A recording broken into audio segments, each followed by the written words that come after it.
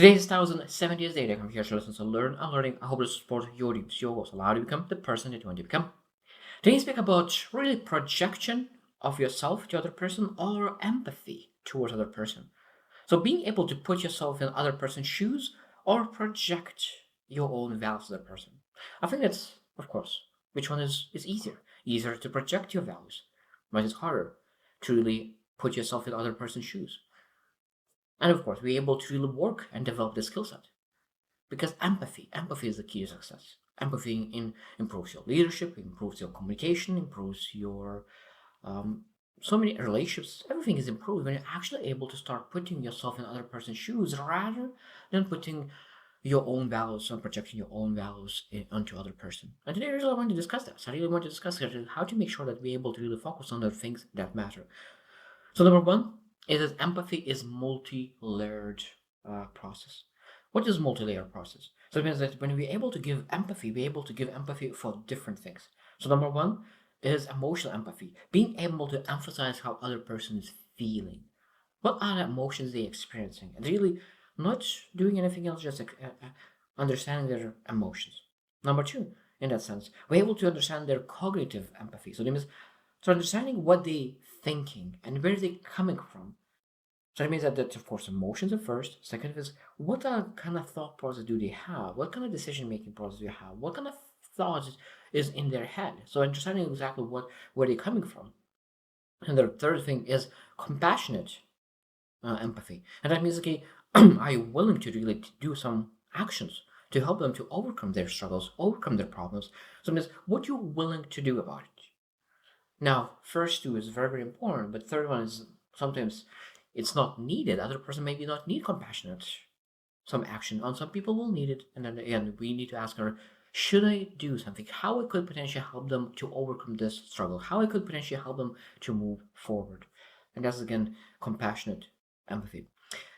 Second thing that we need to always understand is that a lot of times when we really project and we're not coming from empathy, but when coming from projection, is a lot of times it's coming because we have insecurities.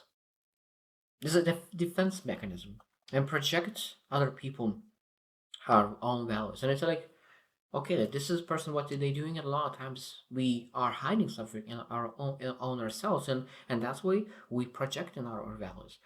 I think being able to catch yourself and say that this is not what I want to do, and really not I don't want to push my own values on other people, and really want to come from empathy and really start to put ourselves in other person's shoes without prejudged prejudged values is very very important.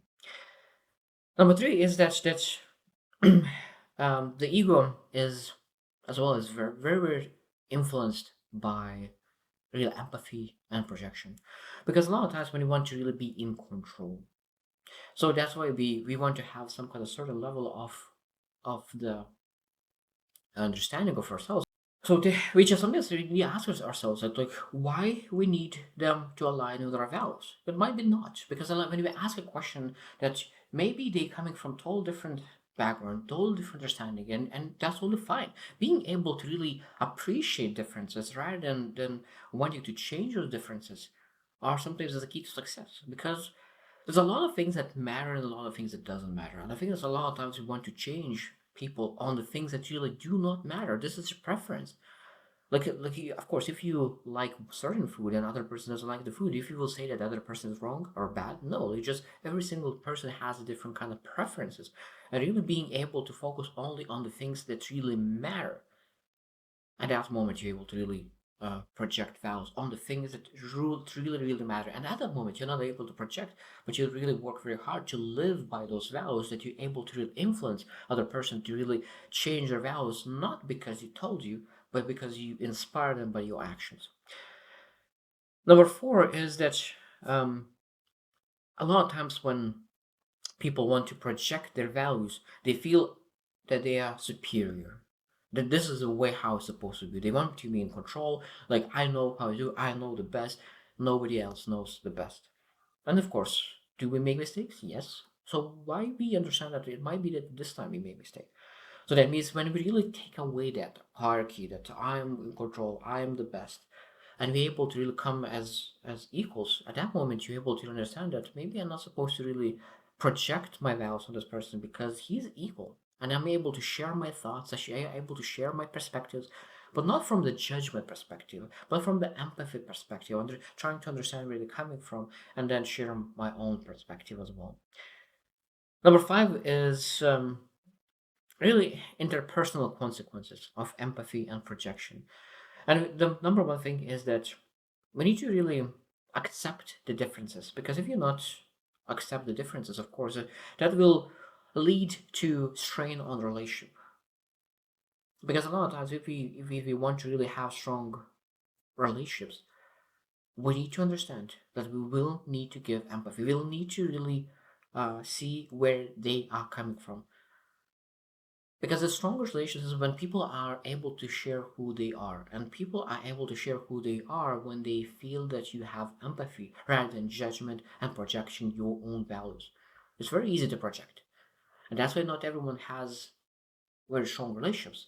Like everyone has friendships, but layers how deep those friendships are is based how much empathy you're able to provide for that person, and that is very very important. Number six is self empathy. I think that this is a very interesting thing that it be able to be compassionate to ourselves, because we have certain standards. If you're not able to give self empathy to ourselves, a lot of times we will not give it to others as well. So being able to really develop that empathy to yourself and to others is required to really be self aware. That means that are you really able to understand that you're not perfect, nobody will be perfect, and we're able to really work very hard to really have that empathy to ourselves and ask questions. So where are you coming from? Where are others coming from?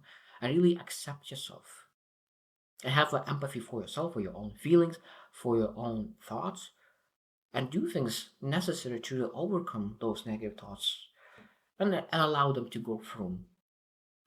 Number seven is that we understand that now we are living in the most cultural diverse environments.